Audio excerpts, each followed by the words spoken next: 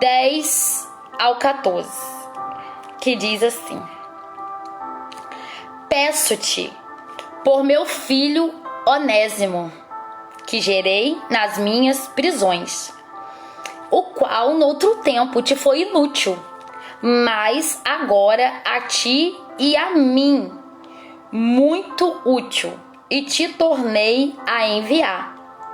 E tu torna a recebê-lo, como ao meu coração. Eu bem o quisera conservar comigo, para que por ti me servisse nas prisões do Evangelho, mas nada quis fazer sem o teu parecer, para que o teu benefício não fosse como por força, mas voluntário. Irmãos, quando olhamos a carta de Filemon, entendemos que o Novo Testamento ele é composto por 27 livros. Esses livros, 13 desses livros são cartas paulinas. Cartas paulinas direcionadas a 7 igrejas. Cartas paulinas direcionadas a 2 pastores. E também a um cooperador do Evangelho. Entendamos, as epístolas de Paulo tem várias, que são as suas cartas. Mas tem um grupo delas chamado epístolas de prisão, cartas que Paulo escreveu durante a sua prisão no primeiro século em Roma. Paulo escreveu Efésios, Filipenses, Filemon e Colossenses no seu período de prisão. Nesse contexto, irmãos, essa carta ela foi enviada pelo irmão Tíquico, juntamente com as cartas de Colossenses e Efésios. Missionária Amanda, onde você quer chegar, você já vai entender, meu irmão. Nessa carta vemos características, eu coloquei aqui, como prudência, cortesia. E ela é considerada a carta de cortesia do apóstolo Paulo. Por quê, Amanda? Porque muitas das cartas do apóstolo Paulo, o apóstolo Paulo escrevia recitando e alguém escrevia para ele. Mas essa carta ela foi tão diferenciada que o apóstolo Paulo, a quem acredite que escreveu a próprio punho, ele mesmo escreveu a carta. Amanda, quem é Filemon na história? Nós já vamos entender. Filemon é uma carta que é aberta, com o apóstolo Paulo saudando Filemon, saudando a sua família e agradecendo a Filemon, porque Filemon era companheiro no Evangelho. Na casa de Filemon, meus irmãos, tinha uma igreja. Filemon era alguém referência no amor e na hospitalidade, ou seja, Filemon recebia as pessoas na sua casa com muito carinho, muito afeto. Mas o interessante, pastora Jéssica, que Filemon, ele era um homem de condições. Filemon era um homem que tinha servos. Filemon era um homem que tinha escravos. Era um cenário que, mesmo convertido ao Evangelho, mesmo participando de uma igreja em Colossos, que a carta, depois tem uma carta a Colossenses também, que no capítulo 4 fala dessa igreja. Nós percebemos que mesmo ele sendo um senhor, ele tendo uma igreja na sua casa, Filemon, ele tinha escravos. Por que, Amanda, ele tinha escravos? Porque era um contexto onde existia, eu anotei aqui, aproximadamente 6 milhões de escravos no Império Romano. O Império Romano era grande. O Império Romano era um império grandioso. Era um império que era a favor da escravidão. O Império Romano tratava os escravos de forma super cruel. Eu anotei aqui, quando os escravos erravam, eles podiam ser crucificados pelos seus erros. Entenda, os escravos poderiam ser mutilados pelos seus erros, seus pedaços poderiam ser tirados. Os escravos poderiam ser açoitados pelos seus erros. E os escravos poderiam ser entregues às feras para serem comidos vivos pelos seus erros. Entenda, era um cenário onde tem um senhor chamado Filemon. E o cenário então mostra um escravo chamado Onésimo. Amanda, mas quem é Onésimo nesse contexto? Onésimo era um escravo da Frígia. Frígia é uma região conhecida por ser uma região de vício e uma região de estupidez, ou seja, era uma região que era mal vista, era uma região desvalorizada, era uma região que quando as pessoas olhavam para a região de Onésimo falavam, é região que dá problema, é região que não tem valor, é região vista negativamente. Existia um senhor chamado Filemon, mas ele ainda tinha escravos. A Bíblia não fala o motivo, a Bíblia não fala porquê, a Bíblia não fala o que aconteceu, mas a Bíblia fala que Onésimo fugiu. A Bíblia não diz se foi maltrato de Filemon. A Bíblia não fala se Onésimo roubou. A Bíblia não fala se Onésimo defraudou. A Bíblia não fala se Onésimo matou. A Bíblia não fala se Onésimo se prostituiu. A Bíblia não fala se Onésimo tinha algum vício. A Bíblia não fala se Onésimo teve uma atitude errada, se Onésimo bateu em alguém, se Onésimo traiu alguém. A Bíblia não fala o motivo, mas a Bíblia fala que Onésimo fugiu. Só que Onésimo significa útil. Mas o pecado de Onésimo tornou Onésimo inútil. Você está entendendo, irmãos, por que essa palavra teve a ver comigo nesse sentido? Porque eu fui mal interpretada num contexto, eu me senti inútil, eu me senti mal, eu me senti culpada, eu me senti inútil no contexto. Mas quando eu estava lá deitada na mesa da médica, o Espírito Santo começou pregando essa palavra para mim. Você crê nisso, que o Espírito Santo prega para os crentes? O Espírito Santo começou pregando essa palavra para mim e o Espírito Santo falou: filha, você até se tornou inútil para muitos por algo que aconteceu, mas na minha presença, minha filha, eu te transformo e te faço útil. Entenda, Onésimo pecou. Onésimo fugiu. Onésimo se tornou inútil, diaconisa Renata. Eu já abro um parênteses aqui para te dizer, minha filha, eu não sei o que aconteceu. Eu não sei aonde você errou. Eu não sei se, como eu hoje, as suas intenções foram boas e você foi mal interpretada. Eu não sei. Eu não sei se você caiu. Eu não sei se você fornicou. Eu não sei se você adulterou. Eu não sei se você não resistiu ao laço da tentação. Eu não sei se armaram contra você. Eu não sei se você roubou. Eu não sei se você furtou. Eu não sei se você falou coisa indevida. Eu não sei se você fez coisa indevida. Eu não sei se você está debaixo de tanta vergonha que você, fugiu. Não sei.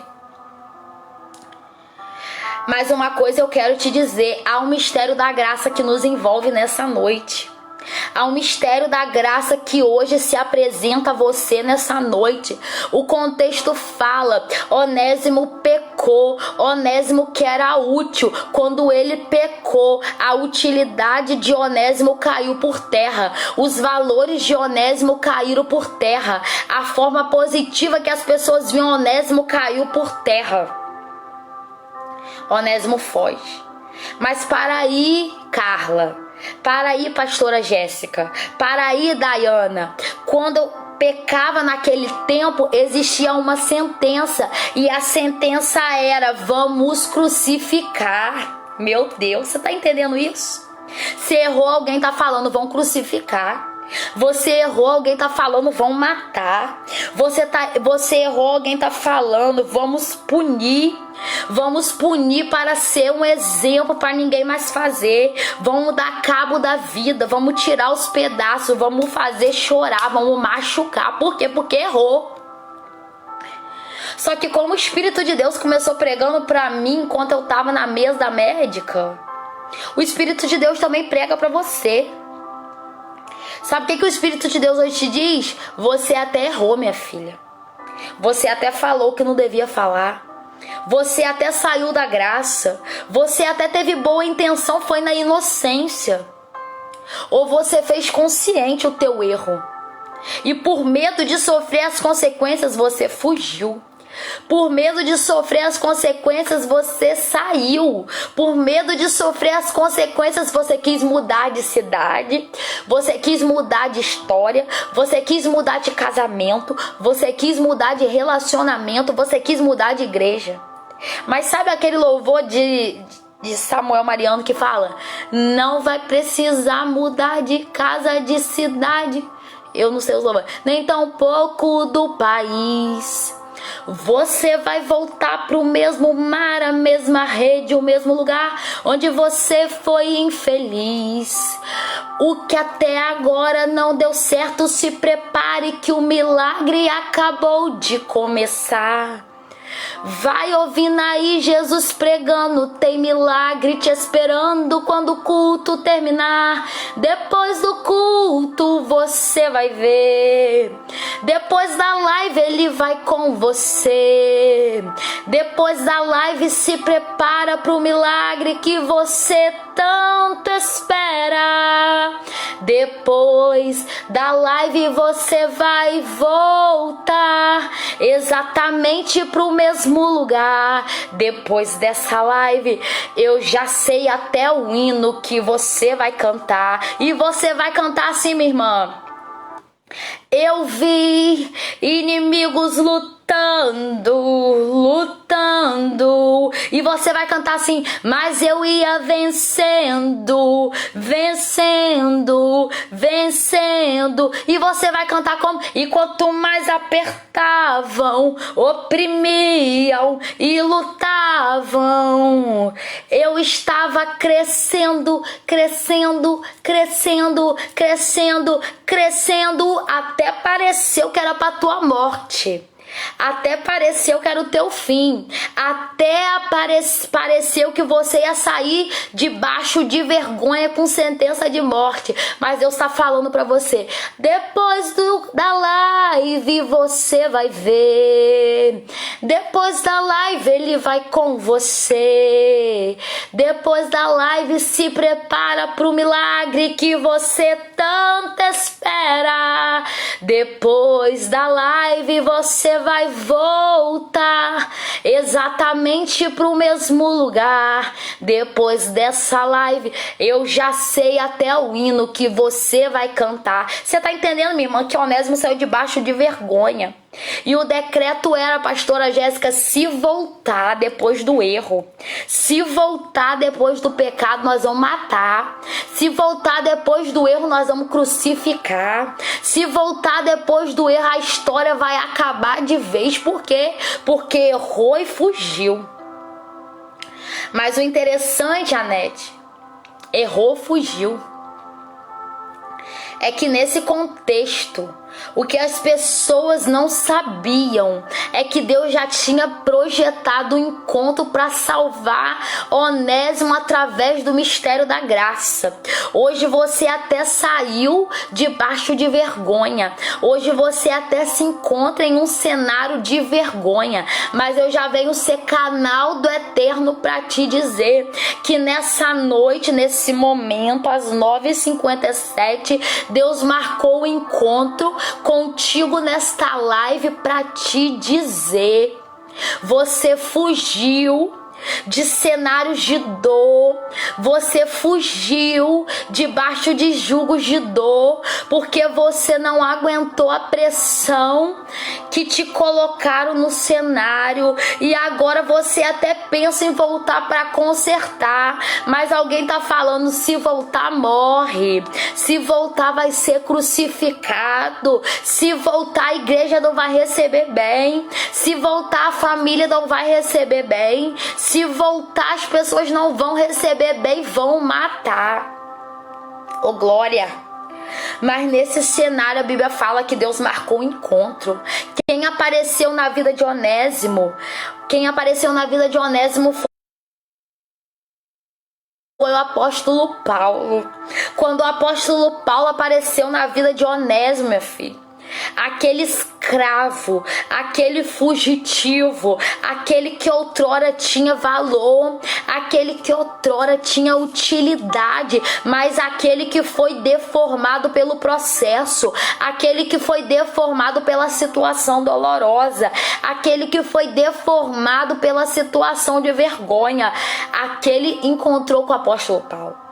Hoje Deus está mandando te dizer, você até saiu em cenário de vergonha, você até saiu em cenário de deformação. Aquilo de útil, de bom que tinham em você macularam, mancharam.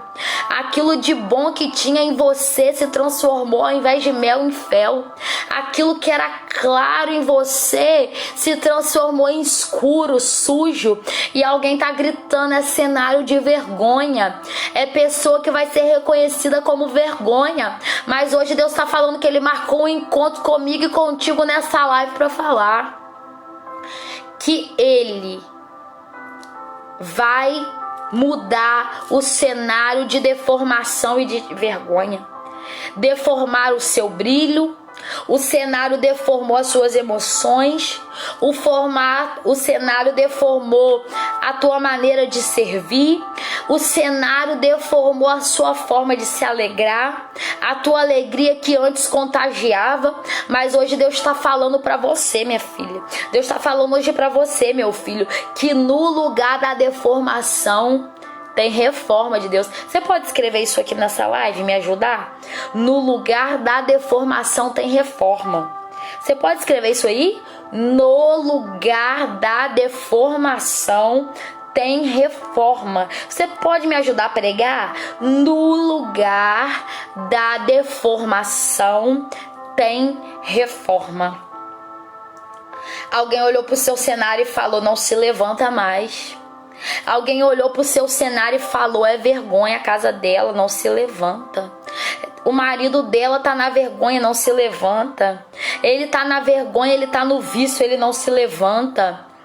Desviou da igreja, não se levanta. Se afastou, não se levanta. Tá desempregado, não levanta. Recebeu o diagnóstico, não levanta. O marido foi embora, não levanta. O casamento esfriou, não levanta. As coisas dentro de casa fugiram do controle, não levanta. Isso aí, Renata, isso aí, Dayana. Mas o que estão esquecendo é que quando Deus tem um propósito reservado para alguém, Ele marca encontro. E hoje Deus marcou encontro contigo, hoje Deus marcou encontro comigo. E o texto fala que quando o apóstolo Paulo encontrou com Onésimo, ele não apontou o pecado de Onésimo. Ele não magoou Onésimo. Ele não falou ladrão, prostituta, adúltera, fornicadora, cheirador, viciado. Ele não falou. Ele não falou bandido, preso, prostituta, a que fica com todo mundo. Não, ele não falou. Porque eu não preciso expor o pecado de ninguém para eu me sentir santo. O apóstolo Paulo, ele já tinha sido alcançado pela graça. E por ter sido alcançado pela graça, ele entendia que a graça era poderosa. O que é a graça, missionária? A graça é o valor imerecido para herdarmos a salvação. Era como se o apóstolo Paulo falasse para Onésimo: Onésimo, meu filho, eu não quero saber o teu passado. Eu não quero saber o que você fez. Eu não quero saber aonde você caiu. Eu não quero saber com quem você ficou. Eu não quero saber o que te manchou. O que eu quero saber é que eu sirvo a um Cristo que liberta. Eu sirvo a um Cristo que limpa a história. Eu sirvo a um Cristo que limpa as vestes. Eu sirvo a um Cristo que apaga as transgressões. A palavra dele fala que o sangue de Jesus nos purifica de todo o pecado. Eu sigo a um Cristo que apaga as transgressões, os pecados, os erros. E no lugar da vergonha, o meu Cristo, ele coloca dupla honra sobre a minha e a tua vida. A palavra do Senhor fala que Paulo se encontra com Onésimo. Paulo cuida de Onésimo. Paulo prega para Onésimo. Paulo discipula Onésimo. Paulo alimenta Onésimo. Porque Paulo ele não queria reconhecer Onésimo pelo pecado que Onésimo cometeu. Mas Paulo olhava para Onésimo e reconhecia Onésimo por aquilo que Cristo estava sinalizando para Paulo que ia fazer na vida de Onésimo.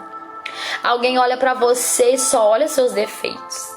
É barraqueira, fofoqueira, é metida boa, né? Usa isso como seu defeito.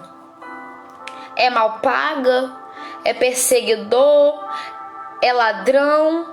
Mas quando Paulo olha para você, e quando hoje eu olho para você pelos olhos da fé, eu já libero sobre a tua vida. É um grande homem de Deus, é uma grande mulher de Deus, vai ser uma grande missionária na casa de Deus, vai ser uma grande pastora na obra de Deus, vai ser um grande pastor na obra de Deus. E a família manda que a vergonha, a família vai ser referencial de honra. Amanda, e o casamento que é desonra vai ser um casamento referência de honra. O texto fala que ele cuida de Onésimo. E na prisão de Paulo, Onésimo se torna útil. Por quê? Porque na medida que eu entro em contato com o mistério da graça, oh Jesus da glória, o mistério da graça me limpa. O que você está querendo dizer, Amanda? Que na medida que você vai orando, minha filha, que na medida que você vai buscando, minha filha, que na medida que você vai indo para a igreja, na medida que você vai assistir a live, na medida que você lê a palavra, na medida que você estuda a Bíblia, Deus vai te limpando, Deus vai tirando as sujeiras do teu coração, Deus vai tirando de candarábia, subcandarábia, as estruturas sujas, sabe? Deus vai pegando lá por baixo do seu tapete e vai tirando aquelas feridas. Jesus, eu sinto a glória de Deus aqui, igreja. Ele vai tirando aquelas feridas, ele vai tirando aquelas sujeiras, ele vai tirando de candarábia, subcandarábia, ele vai tirando as feridas lá na tua estrutura, sabe? Ferida emocional, ferida que começou na tua infância, ferida que começou na tua adolescência, de canda, subcandarábia. Ele fala hoje assim pra você, minha filha. Ele toca na tua estrutura, sabe aquela ferida, sabe aquele cenário, minha filha, que te deformou, sabe aquele cenário que te bloqueou, meu filho, aquilo que gerou um vazio no seu coração que nada preenche, aquele pecado que você esconde de todo mundo e você não consegue lutar contra ele, de candarábia, subcandarábia, meu Deus. As pessoas até não sabem, mas Deus sabe. As pessoas até não tem como te apontar, mas o céu hoje está te apontando. E quando o céu nos expõe, pastora Jéssica, o céu não nos expõe para nos envergonhar. Não tô falando que a pastora Jéssica tá em erro não, irmãos. Eu só tô usando ela para pregar aqui comigo. O que eu tô querendo dizer é que quando o céu nos expõe, mamãe, quando o céu nos expõe, Laurine, quando o céu nos expõe, Anete, quando o céu expõe as nossas fragilidades pra gente mesmo, é porque o céu tá falando: eu quero derramar uma gota de unção, eu quero derramar uma avalanche de unção, de candarábia, subcandarábia. E quando essa unção desce, essa unção toca na tua estrutura, essa unção passeia nas tuas emoções, a tua oração, aleluia, começa a ser ouvida. Essa unção, ela cura o teu interior, cura as marcas que a vida te deixou, cura os traumas que foram colocados em você, porque quando a unção de Deus desce, meu irmão, é a unção que cura, é a unção que limpa, sabe? E é a unção que torna limpo aquilo que tá sujo. E o interessante é que na medida que Paulo foi cuidando de Onésimo, Onésimo foi se tornando limpo. Porque ninguém é limpo do dia para a noite. Ninguém é liberto do dia para a noite. Ninguém vive uma nova história do dia para a noite, não. Na medida que eu caminho, Deus me limpa. Na medida que eu caminho, Deus trabalha. Na medida que eu caminho, Deus me cura. Na medida que eu caminho, Deus se inclina para mim. E o texto fala que Onésimo, ele foi um grande colaborador do apóstolo Paulo na obra. Só que o apóstolo Paulo entendeu que se Onésimo quisesse viver uma restauração completa, era tempo de Onésimo voltar lá pro lugar da ferida. Oh, meu Deus. Era tempo de Onésimo voltar lá pro lugar da dor. Hoje Deus te convida a voltar lá no cenário que te magoaram, a voltar lá no cenário que te feriram, a voltar lá no cenário que já estavam preparando a cruz para te crucificar, lá no cenário, aleluias, de Canda, Subcandarábia, que te magoaram, que tocaram no seu corpo indevidamente, que fizeram com você coisas indevidas que você não tem coragem de contar para ninguém. Hoje Deus está te convidando a voltar lá para esse cenário, sabe, minha filha? E quando nós voltamos pro cenário, nós não voltamos pro cenário para morrer crucificado, não, porque o mistério da graça nos envolve. A palavra do Senhor fala que Paulo queria que Timóteo ficasse, que Filemon ficasse, Onésimo, tô até trocando os nomes, que Onésimo ficasse com ele, o ajudando na obra. Mas Paulo entendeu, missionária Renata, que Onésimo só viveria plena restauração quando ele voltasse e consertasse lá, onde ele fez aquilo errado. E a palavra do Senhor fala que mesmo querendo Onésimo perto, ele deixa Onésimo ir. Mesmo Onésimo correndo risco de vida, Onésimo precisou voltar. Eu já venho ser canal de Deus para te dizer, mulher e homem de Deus, é tempo de regressar para viver a restauração completa. Você pode escrever isso aqui? É tempo de regressar para viver a restauração completa. Regressar é o que, Amanda? É tempo de voltar.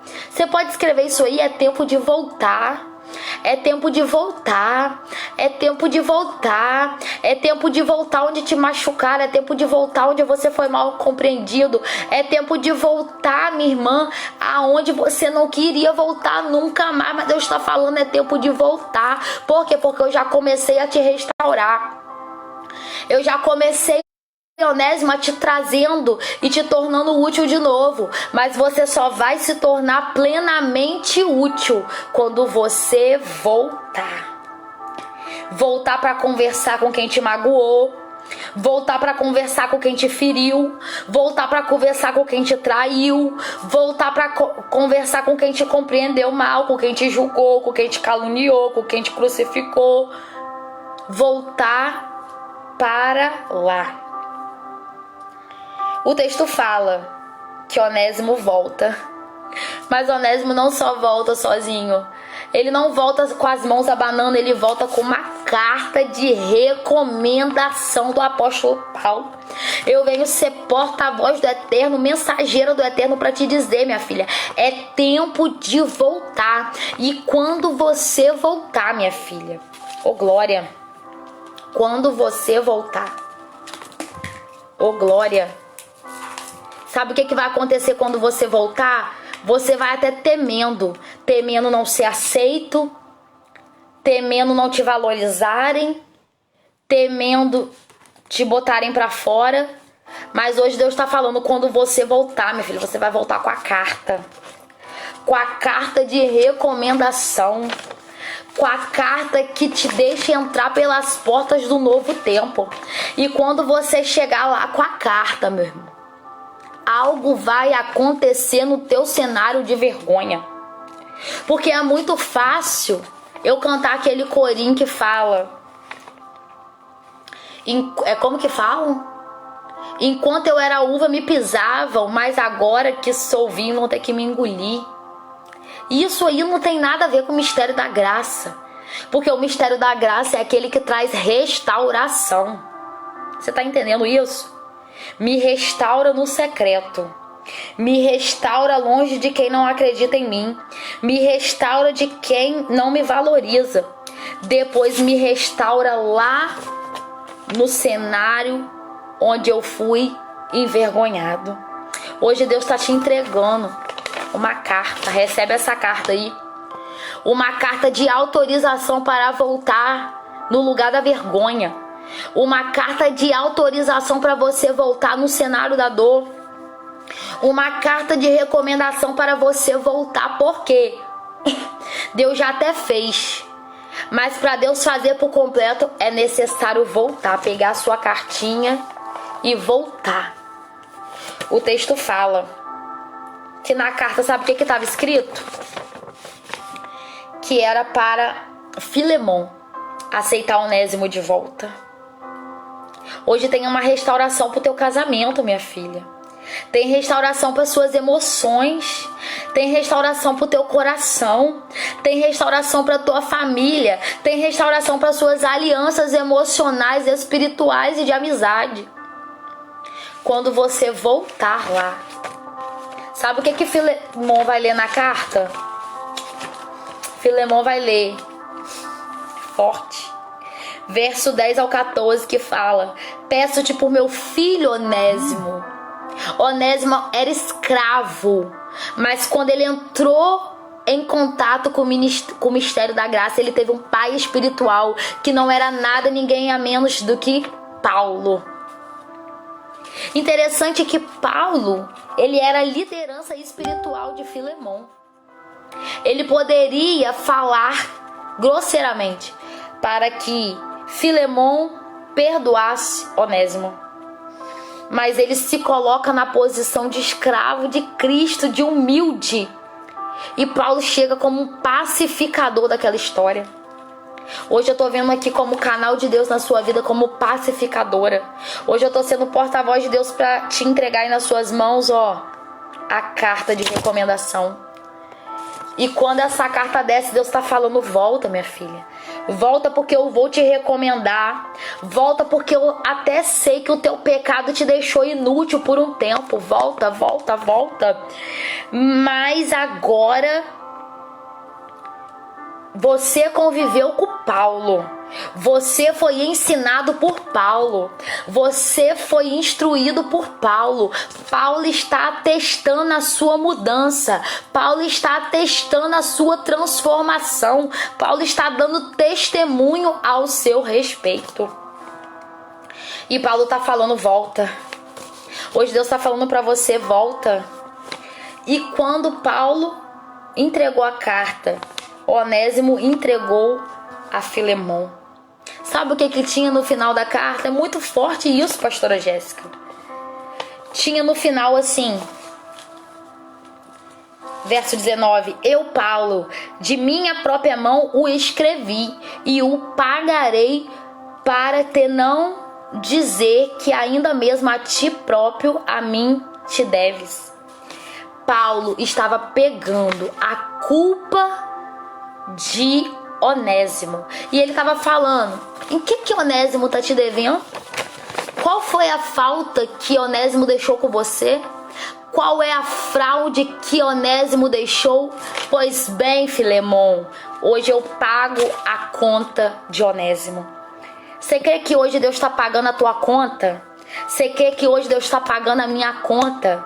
Você crê hoje que tem resgate de Deus? Alguém está gritando: se voltar vai ser crucificado. Mas Deus está falando para mim no meu cenário e para você no seu: volta, minha filha, que não vai ser crucificado não. Volta porque a carta de recomendação já está na tua mão. Volta, minha filha. Volta, meu filho. Porque o próprio apóstolo Paulo está pagando a conta. E o que Jesus fez por nós, ele pagou a conta. Nós éramos pecadores, sem salvação. Mas quando ele veio ao mundo e ele morreu naquela cruz crucificada, ele pagou a conta. Hoje Deus está mandando te dizer o que o apóstolo Paulo escreveu na sua carta aos Romanos: nenhuma condenação há para aqueles que estão em Cristo Jesus, que não andam segundo a carne, mas segundo o Espírito de Deus. Ou seja, Jesus pagou a conta com preço de sangue, preço alto, preço de sofrimento. Paulo estava se propondo a pagar a conta. E Jesus hoje está falando para você, no seu cenário de vergonha, no teu cenário que alguém está apontando o dedo na sua cara e está querendo te crucificar. Jesus está falando: fica tranquilo, meu filho. como eu um dia paguei a conta, como Paulo se propôs a pagar a conta, hoje eu pago a sua conta. Amando, o que isso tem a ver com o tema da campanha? Tem tudo. Porque quando eu vivo a dupla honra, eu sou regenerada. Quando eu vivo a dupla honra, eu recebo carta de recomendação. Quando eu vivo a dupla honra, o decreto de crucificação cai. O decreto de apontamento na sua vida hoje cai. O decreto de morte na sua vida cai. O decreto de calúnia na sua vida cai. Quando eu vivo a dupla honra, eu recebo perdão de Deus, mas também perdão dos homens. Eu já venho liberar sobre a minha vida e sobre a tua vida. Tem perdão. Satanás hoje gritou na minha cabeça: não tem perdão para você. Não tem perdão, você é culpada. Você até teve uma boa intenção, mas você é culpada. Mas o Espírito Santo desceu na mesa da médica e falou para mim: sabe o que? Tem perdão sim, minha filha, porque eu já paguei a conta. Não tem condenação para quem está em Cristo Jesus, porque a conta já foi paga. Se tem arrependimento sincero, se tem vida sendo prostrada aos pés do Senhor. Jesus hoje fala para você: decanda, sub, andarábia. Independente do seu erro, a conta foi paga. Independente do teu erro, tem perdão de Deus para tua vida, e tem perdão de Deus para tua casa, e tem perdão de Deus para aqueles que te olham com apontamento, e até para trazer crucificação. Quando Jesus paga a conta, tem uma nova história. Quando Jesus paga a conta, eu coloquei aqui, tem liberdade. Sabe por quê? Ele saiu da casa de Filemon como escravo, mas quando ele volta para a casa de Filemon com a carta, ele volta útil. E ele volta como irmão. Ele saiu como escravo, mas ele volta como irmão. A dupla honra é isso. A sentença de morte que existia sobre a tua vida cai por terra hoje. A culpa que tinha sobre a sua vida cai por terra hoje.